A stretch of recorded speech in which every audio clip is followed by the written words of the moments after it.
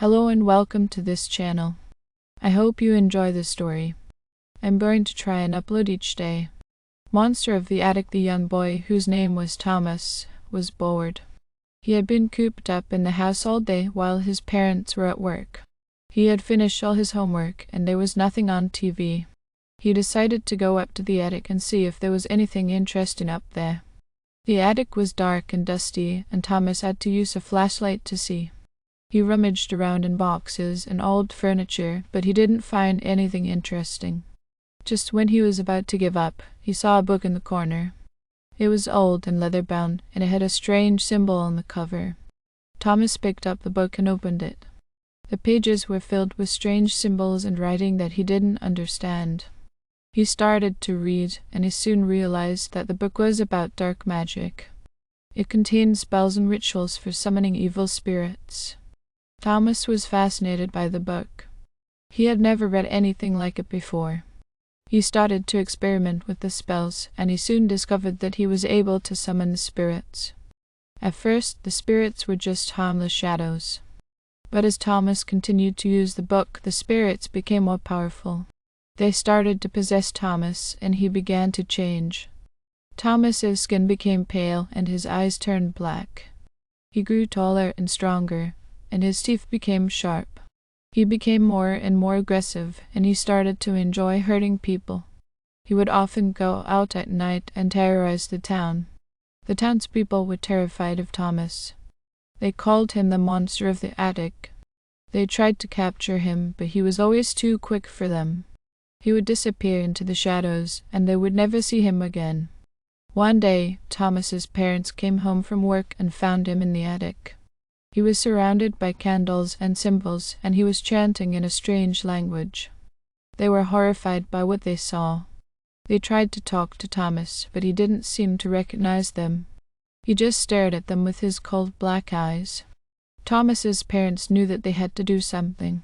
They couldn't let him continue to use the book. They took the book away from him and burned it. They thought that would be the end of it. But it wasn't. The spirits were still inside Thomas. They were just waiting for their chance to escape. One night, Thomas was sleeping in his bed when he had a nightmare. In the nightmare, the spirits were chasing him. He ran and ran, but they were always right behind him. He woke up in a cold sweat, and he knew that something was wrong. He got out of bed and went to the mirror. He looked at his reflection, and he saw that the spirits had taken over his body. His skin was pale, his eyes were black, and his teeth were sharp. He was the Monster of the Attic. Thomas ran out of the house and into the night. He didn't know what to do. He didn't want to be the Monster of the Attic. He wanted to be himself again. He ran and ran until he came to the forest. He hid in the trees, hoping that the spirits would leave him alone. But they didn't. They followed him into the forest, and they surrounded him. Thomas knew that he was going to die. He closed his eyes and waited for the end. But then he heard a voice. "Thomas," the voice said, "you don't have to do this." Thomas opened his eyes and saw a figure standing in front of him. It was a man, but he was different from anyone Thomas had ever seen before. He had long, white hair and beard, and his eyes were a deep blue. "Who are you?" Thomas asked. "I am the wizard," the man said. "I have been watching you. I know what you have done, and I know what you are going through. Can you help me?" Thomas asked. "Yes," the wizard said. "But it will not be easy. You will have to fight the spirits inside you, and you will have to face your own darkness." Thomas took a deep breath. "I'm ready," he said. The wizard smiled. "Good," he said. "Then let us begin." The wizard led Thomas through the forest, and they came to a clearing. In the middle of the clearing was a large tree. "This is a tree of life," the wizard said. "It is the only thing that can defeat the spirits." Thomas looked at the tree. It was old and gnarled, and it looked like it had been there for centuries. "How is this going to help me?" Thomas asked. "The tree of life is a symbol of good," the wizard said.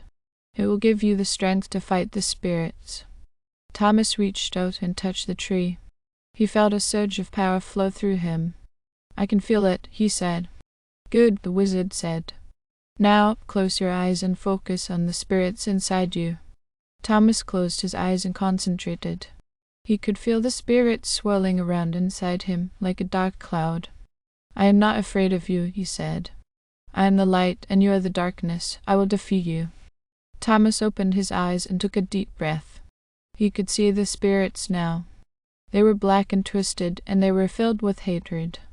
Come to me, Thomas said. I am ready for you.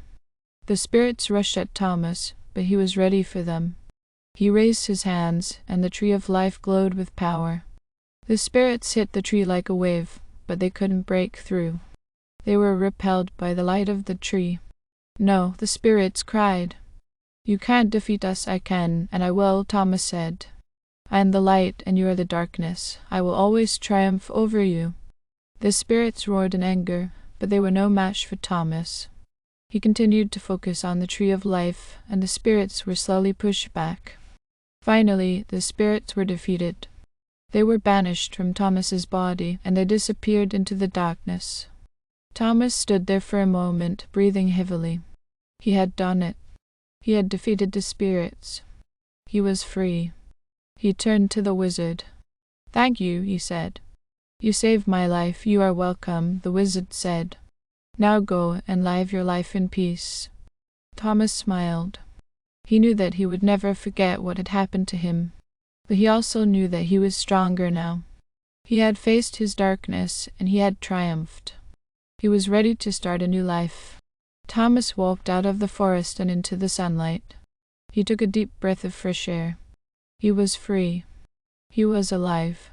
And he was ready to face whatever the future held.